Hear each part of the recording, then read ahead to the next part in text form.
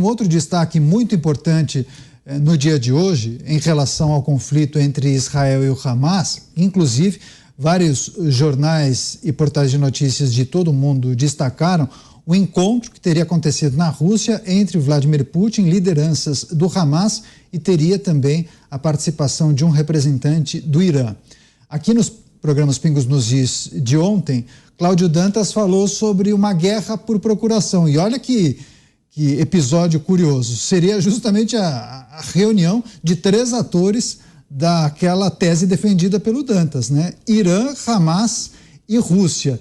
E, além disso, somado à informação desse encontro, Zé, Vladimir Putin disse que o conflito entre Israel e o Hamas pode se espalhar, pode transbordar o Oriente Médio e se espalhar pelo mundo.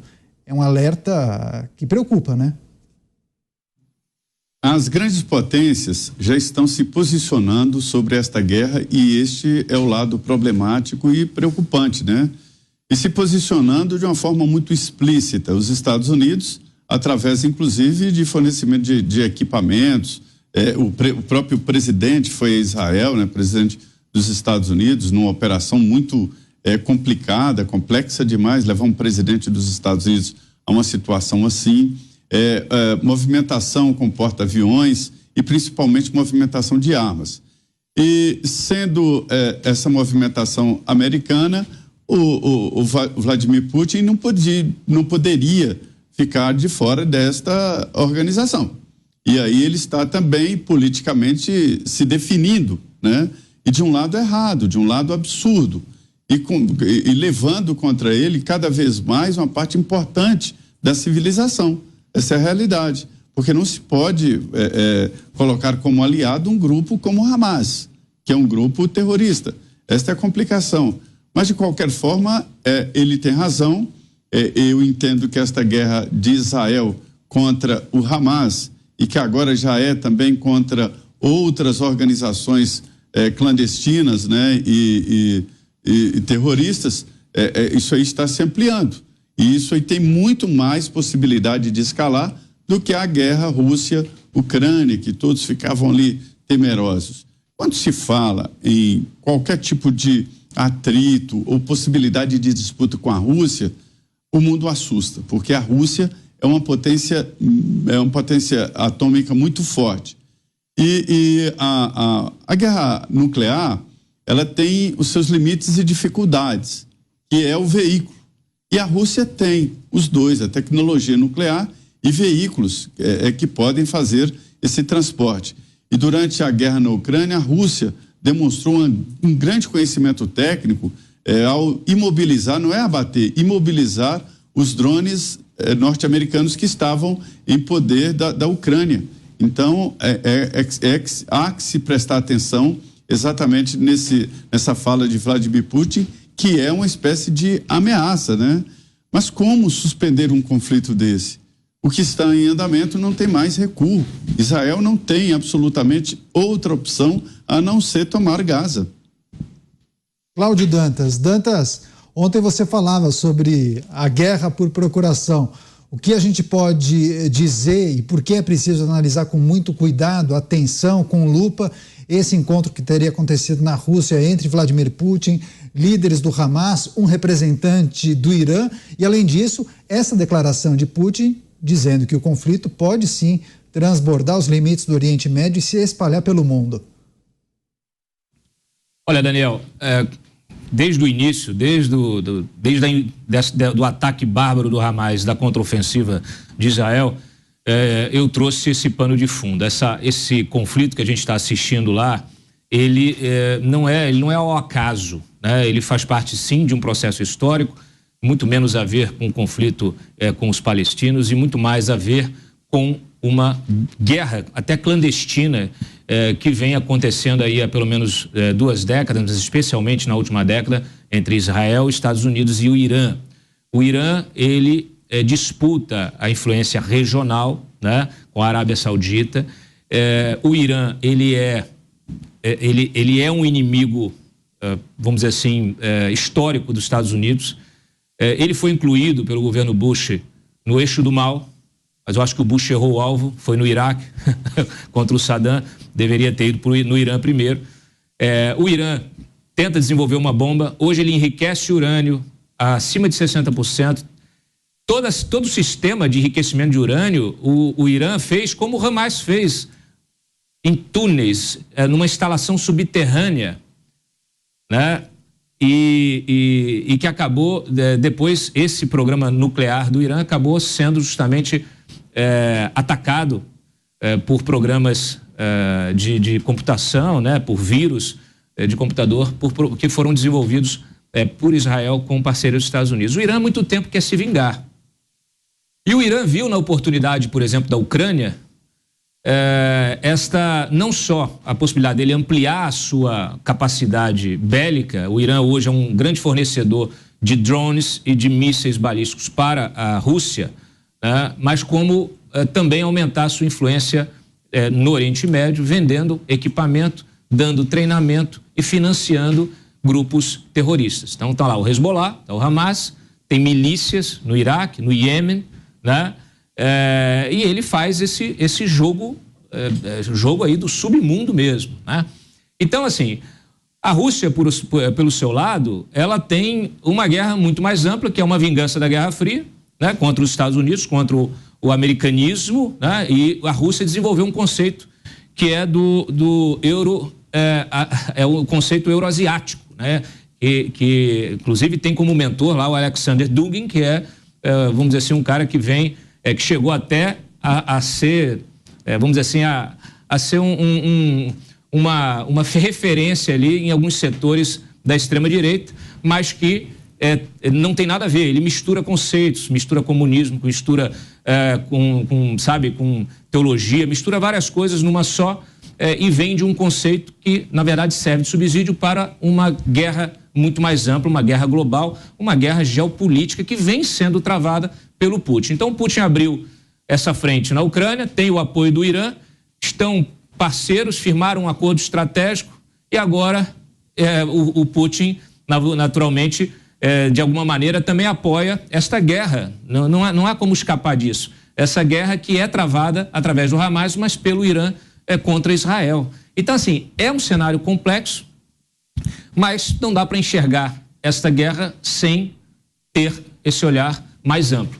Então, assim, a gente tem realmente um problema enorme, uma crise, aí um embate civilizacional, sim, de visões de mundo diferentes, que também incluem a sua face econômica, a sua face diplomática. O Brasil fica aí sem saber por onde vai, uma hora diz que vai lá, né, se juntar com a Rússia, com a China, pega o BRICS, né, que trouxe o Irã para dentro. Olha só, a gente tem que entender isso, tudo que está acontecendo. E, ao mesmo tempo, nós somos um país que dependemos muito economicamente da China, mas também dependemos dos Estados Unidos e temos a nossa cultura também toda, vamos dizer assim, sedimentada, não nesse conceito euroasiático, mas no conceito totalmente ocidental aqui. E, assim, enfim, é um conflito muito complexo, com diversas nuances e a gente não pode descuidar de nenhuma delas.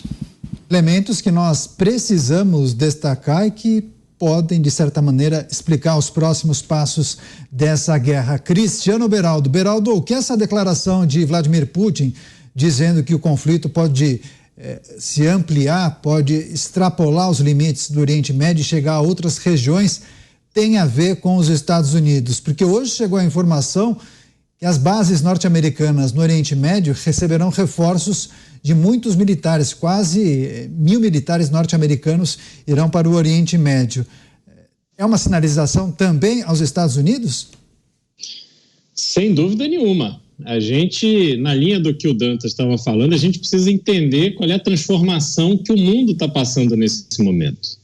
Então, o mundo pós-Segunda Guerra teve Estados Unidos como o grande líder mundial. Estados Unidos participou de todas as grandes decisões, de todas as grandes guerras, ele tinha ali a sua posição ou se envolvia diretamente, e isso claramente se deu no momento em que você tinha a União Soviética, que foi depois desmantelada, e aí ressurgiu a Rússia como o principal país numa situação econômica bastante difícil, teve que fazer um grande esforço para melhorar a sua situação econômica. A própria China, que vinha num processo crescente de desenvolvimento, mas esse processo por muito tempo foi um processo dependente dos Estados Unidos, onde a China tinha uma posição gigantesca, ainda tem, mas hoje já diminuindo, uma posição gigantesca de compra de dívida norte-americana, ou seja, a China, de uma certa forma, precisava que os Estados Unidos tivesse uma economia forte, que avançasse, que continuasse capaz ali de honrar as suas obrigações financeiras.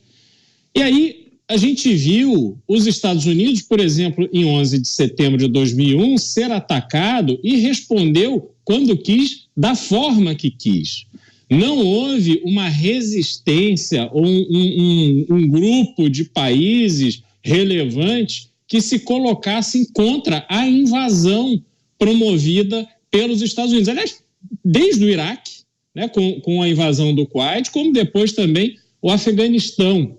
E aí a gente precisa entender o que está acontecendo agora nesse cenário. Os Estados Unidos, sob a presidência de Joe Biden, se enfraqueceu demais, fez uma saída muito atrapalhada do Afeganistão, deixou ali, dizem, mais de 10 bilhões de dólares em armamentos, em equipamentos, perdão, e agora esses equipamentos estão sendo utilizados por essas forças que se opõem aos Estados Unidos por razões óbvias. Os Estados Unidos se meteu ali na região, tomou medidas bastante drásticas do ponto de vista de ataque, o que eu não estou dizendo que ele não tinha razão em fazer, fez, mas isso gera um trauma nessa população. E agora, em que Rússia foi completamente isolada do mundo a partir da invasão da Ucrânia, se aliou com a China já diminuindo a importância dos Estados Unidos no seu cenário, tanto é que está fazendo investimento de mais de $1 trilhão